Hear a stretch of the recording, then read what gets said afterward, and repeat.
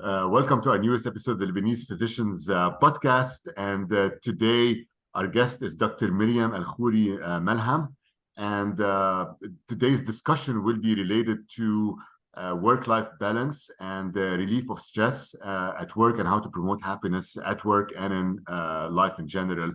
Dr. El Khoury Malhame actually is an assistant professor of psychology at the Department of Social and Education Sciences in the Faculty of Arts and Sciences at the Lebanese American University.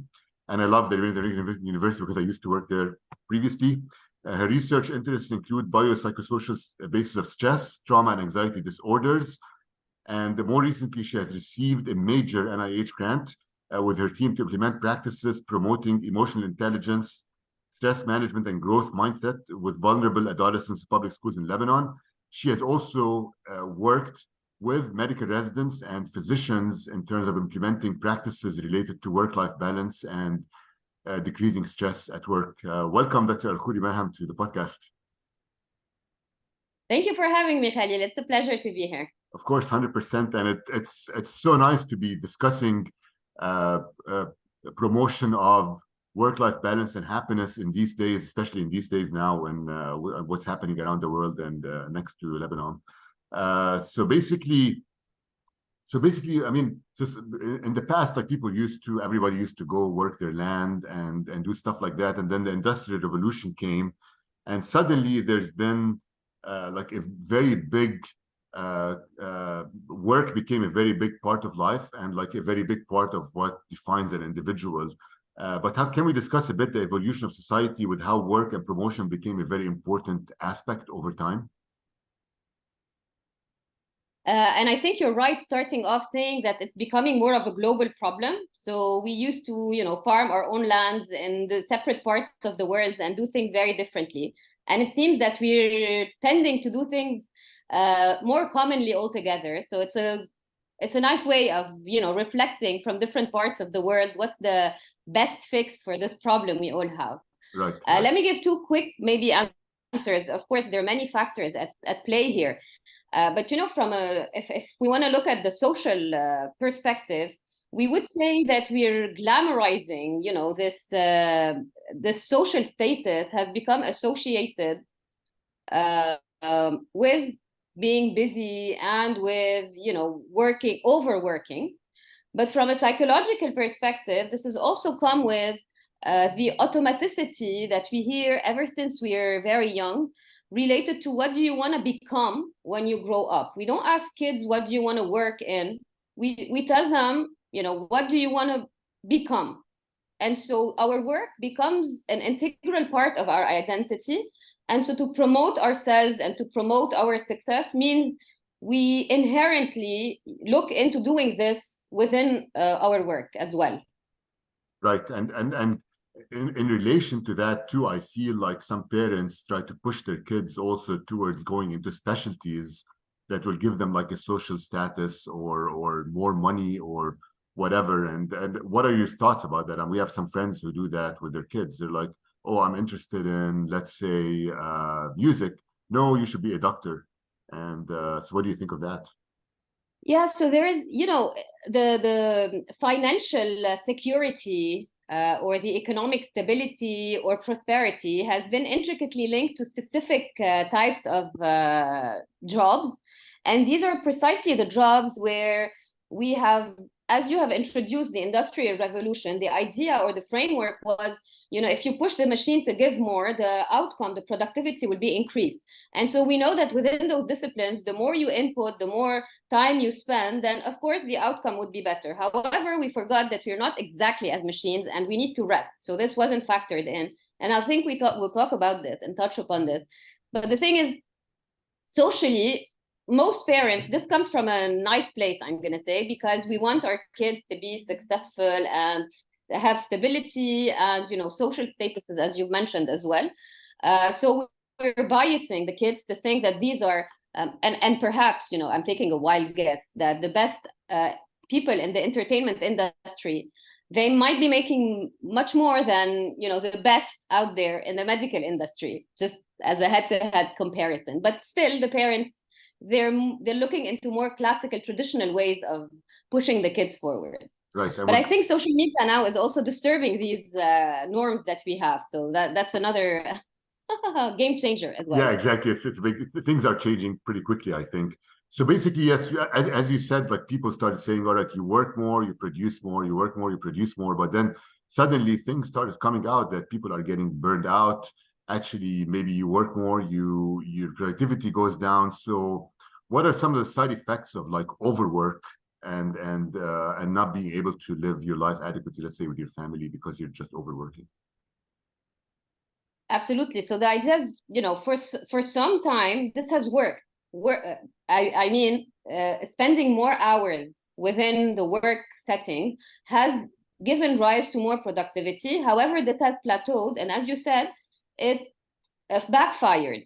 So the more burned out you are, if we're talking from a work-life perspective, and we'll make sure to precisely define this in a bit, your work is less productive, less efficient, less creative, but your personal life is also less satisfied, more exhausted, more detached, more cynical. So you're actually damaging both aspects of the work-life balance when you start to overwork.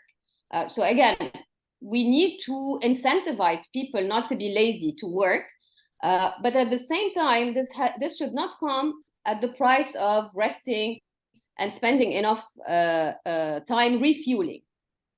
Right, exactly. And so this brings us to the definition. So what's the definition of work-life balance? I mean, we always talk about it, but what is the exact definition of it? You see, this is exactly one of the tricky questions when we talk about work-life balance. We all have an understanding of what that is, but because we want this approach to be very scientific, we don't really have metrics to evaluate what a good work-life balance looks like as opposed to a less good one. We don't really have standardized ways of measuring this because it's different across disciplines.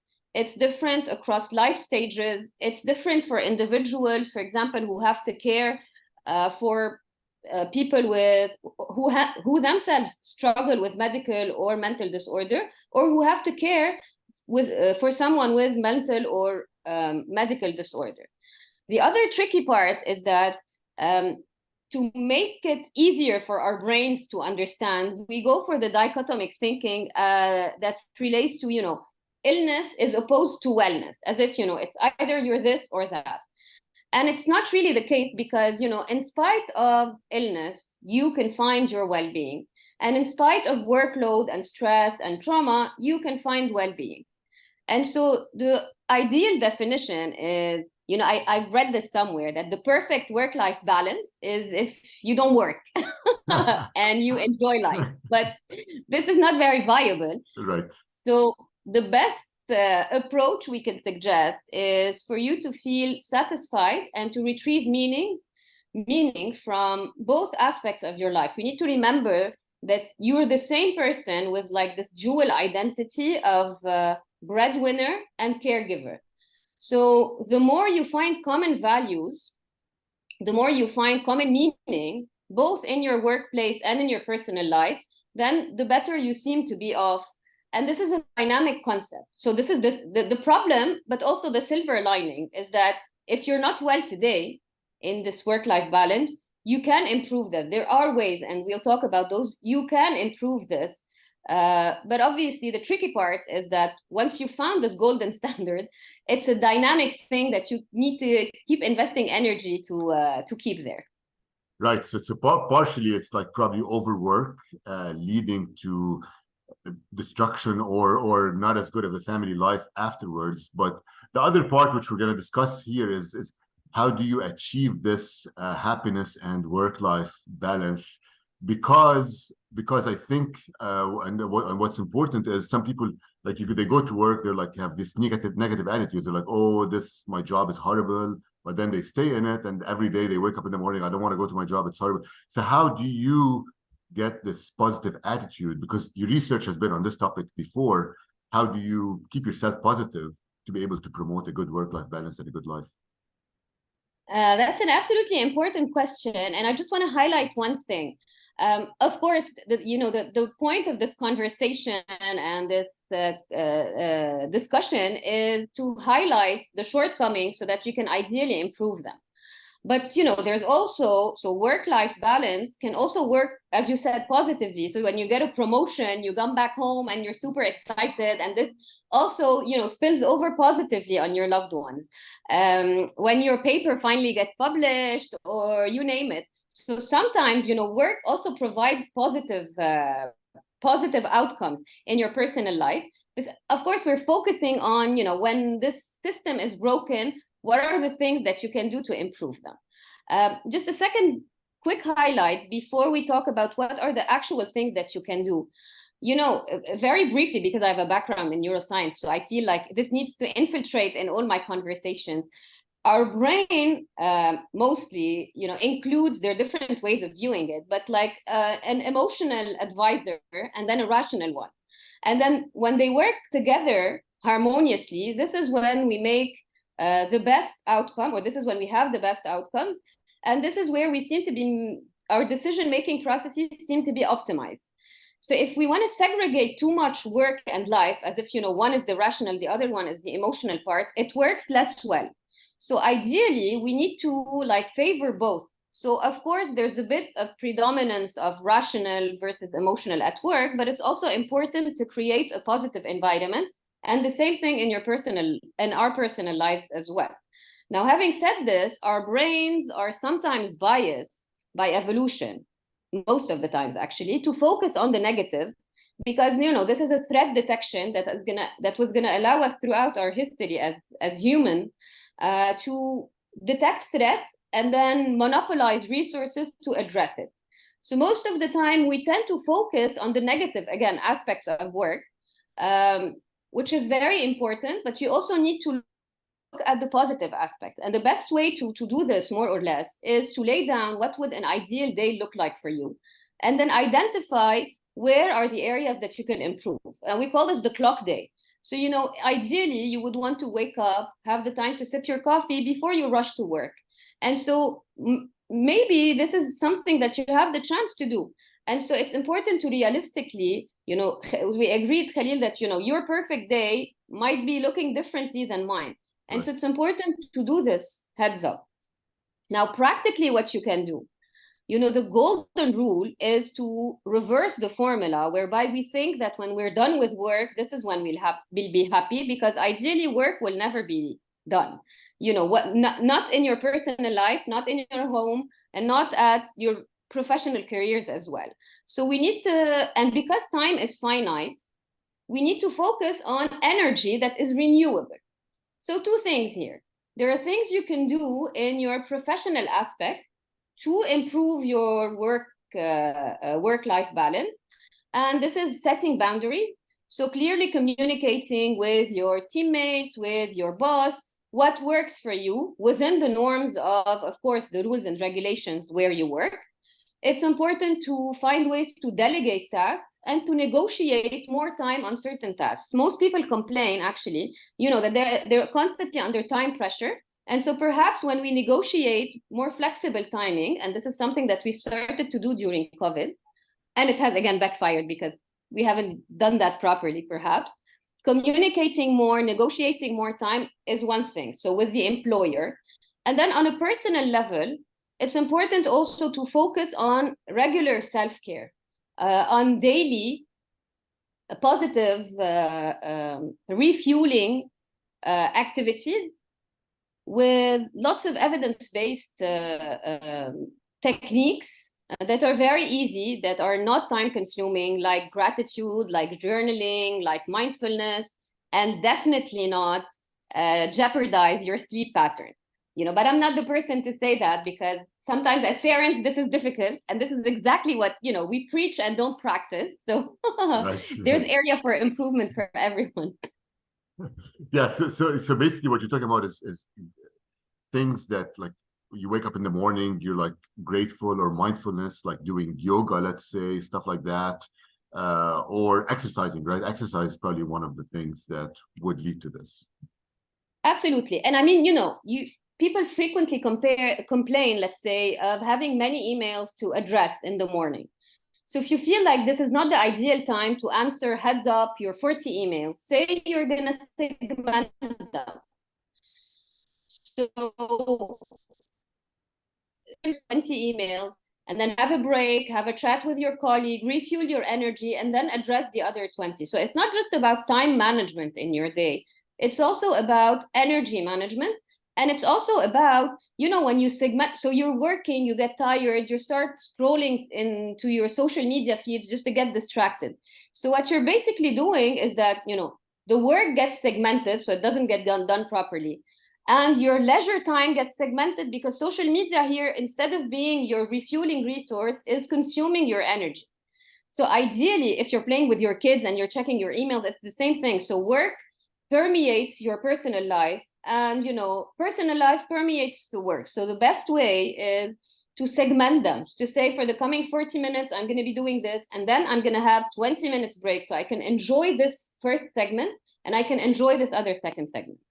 So these are tricks as well that can help, smoothly navigate your day. Right. And I'm sure, I've looked at your research, and obviously congratulations on your NIH grant too, but you've worked on the psychosocial basis of like stress, trauma, and anxiety. And I'm sure you've dealt with a lot of people who have been subjected to trauma from like different things that could have happened. And I guess, and also you work in Lebanon. Some big traumatic events have happened before. So how do you deal with people who have had trauma to have a positive attitude and move forward? Well, there are many different ways of fostering these positive attitudes. There is no one size fits all. So some of the features or factors work better for one person than the other, or for one discipline than the other. What we've seen across the board is that when you stay inactive, so when you feel like you're helpless whenever you're faced with trauma, and also when you are insecure about your job, this is where, the trauma worsens your mental well-being overall. And so there's a French saying, le travail, c'est la santé. I don't know exactly what that sounds like in English, but the idea is that we've tracked, for example, frontliners during the COVID. So the healthcare providers who were at the forefront of this massive COVID infection, if we remember in 2020, when it was still super deadly. And we compared them, to students who had the same age. So as compared to residents, the students had the same age, but they were supposedly safe at home.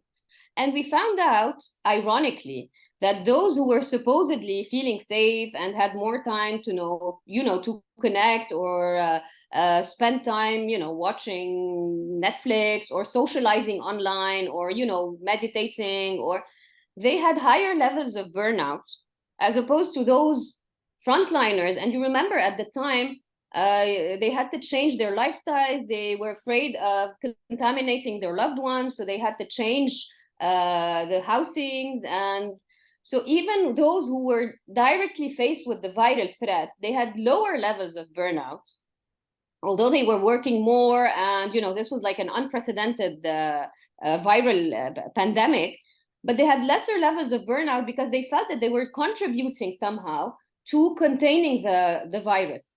And so, again, surprisingly, they had lower levels of burnout. So the idea is when you feel that you're actively contributing to diminishing or containing any traumatic consequence. Same thing applies post-Beirut blast.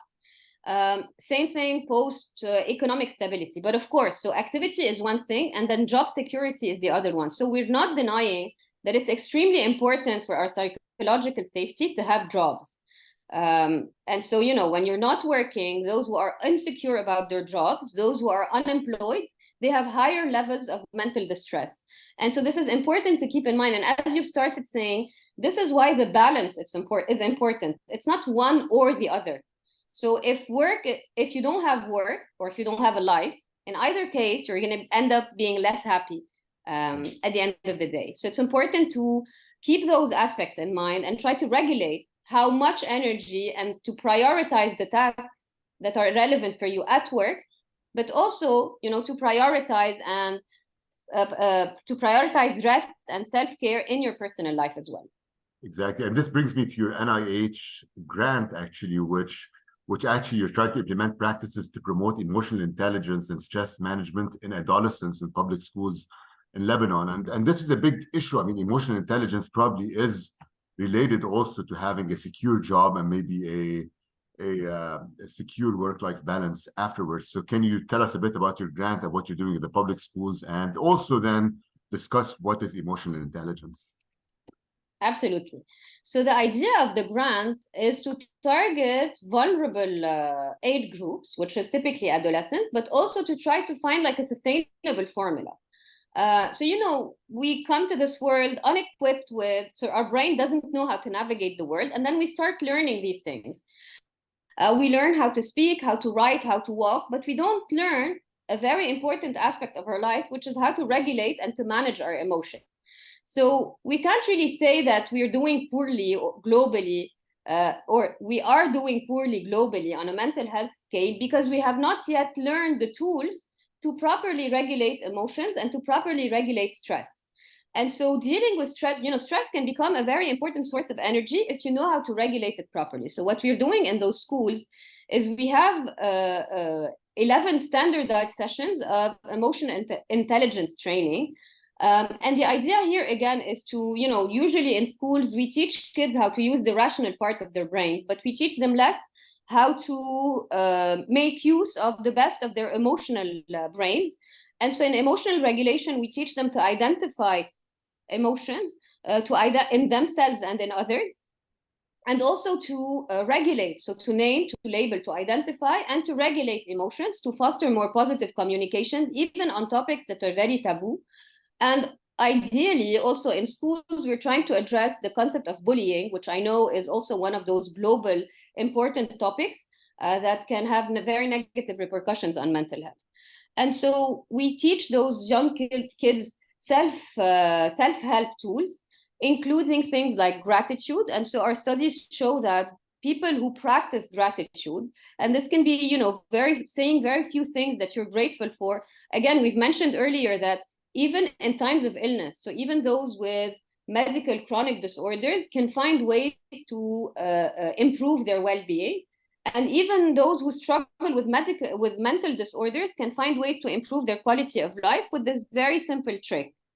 So gratitude is one. Sleep improvement is a definite important aspect. Exercise, so physical exercise. Improving nutrition is also important.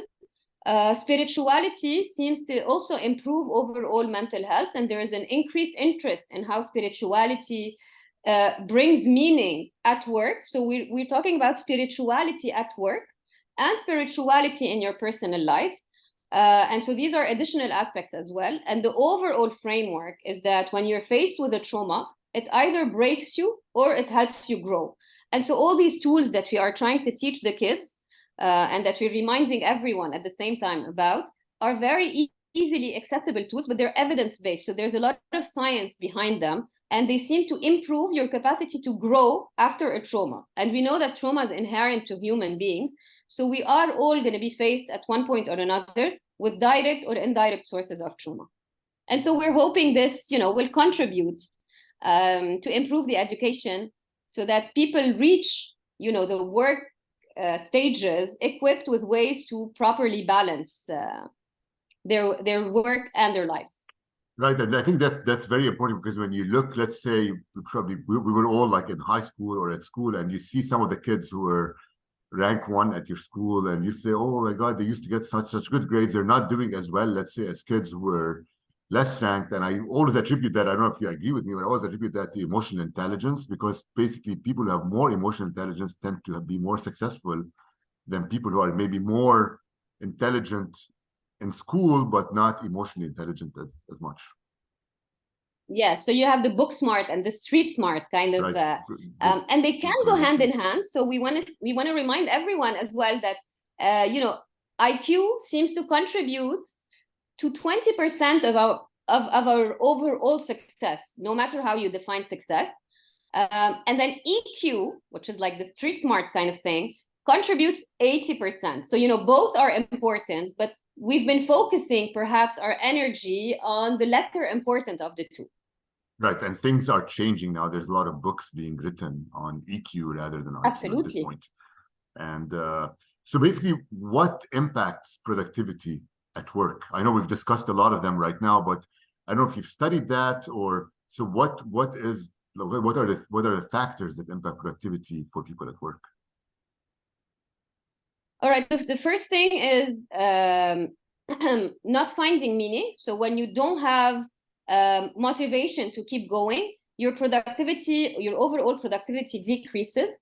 When the demands of the workplace outweigh the resources you have, so whether in terms of time, in terms of mental capacity, there's the concept of a mental load. So it's not just the task that you're doing, it's also the intensity. If you have a surgery that's going to be different from a client interview, both are extremely important, but then the mental resources that you need for one is not exactly for the same as for the other.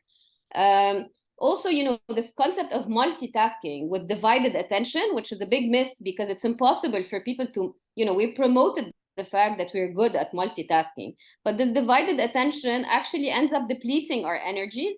So this also decreases overall energy when you have to do multiple things, like in academia, teach and do research and services and supervise students. And if you're a medical doctor, it's all the same, supervise interns, residents, do surgeries, interviews, fill papers, administrative work. So all of this is one too many tasks for you to do. And so this ends up also decreasing your productivity. And when you feel that you are not heard by upper admin, so when you feel that your employer is not really focusing or responding to your needs, this ends up decreasing productivity. And so let me say this again. We know that a happy brain performs better than a neutral or an unhappy brain. So again, we need to reverse this formula because we become productive once we are happy and motivated and satisfied and feel heard and, do not overwork. It's not the other way around. So it's not when you reach a certain promotion that you become happier. It's the other way around. And so, excessive emails, excessive load of tasks, excessive admin duties, these are the things that end up depleting your resources, depleting your rational cognitive resources. And so overall, they end up diminishing your productivity. And there's a thin red line. If you cross it, if you fall into the trap of burnout, then unfortunately, much like other medical disorders, once you have them, those chronic things like, for example, diabetes, let's say, you only manage symptoms and you no longer are able, at least in 2023, and I'm hoping this will change in the coming few years, you're not able to go back. So once you fall into burnout, this can escalate very rapidly into, unfortunately, suicidality. And I know that the medical discipline, very similarly to other, high performing discipline, struggles. And I'm happy to know that, at the moment we're having this conversation to make the livelihood and the quality of life of these healthcare providers, more bearable and even more enjoyable. Right, I agree. Burnout is a big topic in medicine at this point, and I'm sure it's in other fields as well. So so we discussed it. So I guess to avoid burnout, you need to have good work-life balance, and you need to have the happy brain component to it and decrease your workload. So basically, so I look at recently, there's been some news about like some of the Scandinavian countries, such as I think Norway and Finland. I forgot if it's Norway or Sweden, but they were decreasing the number of days that people go to work, and where they were assessing whether this will lead to higher productivity or not. So what do you think of these techniques that were done in these countries? So the preliminary results that we have seems to be promising, quite promising. This is also something that we started investigating with the whole hype around hybrid work, remote work, that was accelerated by the recent COVID pandemic. Right. Now, flexibility and hybrid work are very important, but as you've mentioned at the beginning, this is just to properly close the loop, is that we always need to be mindful and careful not to overdo it, because there was a recent report by Microsoft, and they looked at how many times do we use our keyboards. And this is an indirect reflection of productivity, because you're working typically and not just watching something on your desktop or on your screens. And so there was typically we had two peaks during a day. So at like 8 to 10, and then like 2 to 3. These are the highest productivity times. And now we're starting to see a third peak after dinner. So that's around, 9 to 10 p.m. And so, this flexible thing allows you to commute back to your family, to your loved ones, to spend quality time with them. But it seems that, because you have this ease of access sometimes to your emails or your laptop, we are tempted to, because we want to finish the work of tomorrow, which again, we agreed is never done. We have this tendency to overwork again. So we're generating again this trap that we fell into with the Industrial Revolution. So I think the way out is to be very mindful of how many hours you work in a day. To be very mindful of prioritizing sleep, prioritizing healthy lifestyles, prioritizing family time, as you've mentioned, prioritizing hobbies.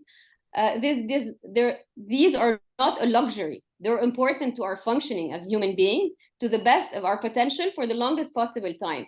And let me just remind again everyone that the study on happiness, the longest study on happiness that was done not so long ago at Harvard, ended up finding or discussing the fact that the number one predictor of our quality of life is the quality of our relationships. So again, we want to adjust modern work to our lifestyles, to our flexibly, because no two people have exactly the same patterns or the same lifestyle, but we need to be mindful to factor in the quality of our relationship to ourselves, to the spiritual realm, and to others around us as well. So, it's interesting, and we should be having this conversation around what is the best way to, or what is a better way, to do this thing we call work, without with avoiding or with diminishing the side effects of overwork. Right, exactly. And recently you had a conference at LAU regarding these topics, right? Absolutely. And so it was with the medical discipline as well. So pharmacy, nursing, medical doctors, because they tend to, because these are disciplines where you are in contact with another human directly, as opposed to other disciplines as well. You tend to sometimes overwork because, you want to make yourself more useful. It's not just because you want to be promoted and, get more papers and make more money, which are all very decent and very praisable motivations, but sometimes it's just because you want to serve better, you want to improve, you want to read more about the latest treatment for something, and sometimes you end up forgetting yourself or burning yourself out, which is exactly why these kinds of cues and reminders and conversations are very necessary, so that we remind ourselves that work is very important. There are ways to optimize work, to get more energy, to be more productive, to be more creative. And it's important to talk about these so that you don't overstep on your personal well-being. Right, exactly. So I think just to summarize, I think for people to have a good work-life balance, not to overwork, and to have a good quality of life, you need to have emotional intelligence. You need to be able to manage your time, try to be happy at work, not overwork yourself, and have hobbies and relationships with other people. Now, they look easier said than done. But it's one day at a time. So everyone can choose one of the things they want to improve and perhaps work on it for the coming week, and then choose another thing and improve it in the coming week. Start the discussion with the employer, because sometimes there are limitations as to how much you can maneuver around that. But this is a definite call, of course, for action. Right, and I think, I mean, with time too, people learn it. Like I can give an example of myself, maybe yourself too. Like when you finish college and you start working, initially you're overworking because you want to prove yourself, but then suddenly you discover, there's no reason to do this. I have better ways to manage my time, and over time, I think you learn how to manage it. So, any final advice, since we're in the Lebanese Physicians Podcast? I guess any final advice for upcoming medical trainees and medical students on how to lead a better life in medicine, other than leave the specialty? Yes, absolutely. Here's the thing in Arabic, there's one that says, or in Lebanese, الجنة بلا ما بتنداس, which is, if you don't surround yourself with people, even if you go to heaven, you're going to get bored. So make sure you rely on those, positive, supportive people around you. And in Lebanon, in Oriental cultures, and I'm hoping around the world, we're learning to reinvest in the importance of peer-to-peer or person-to-person support, which is exactly what you're doing, Khalil. So thank you for that. Thank you, Dr. El Khoury Malhame, for being on the podcast. I think hopefully people will have improved quality of lives and work-life balance after listening to it. A pleasure. Thank you for having me. Thanks.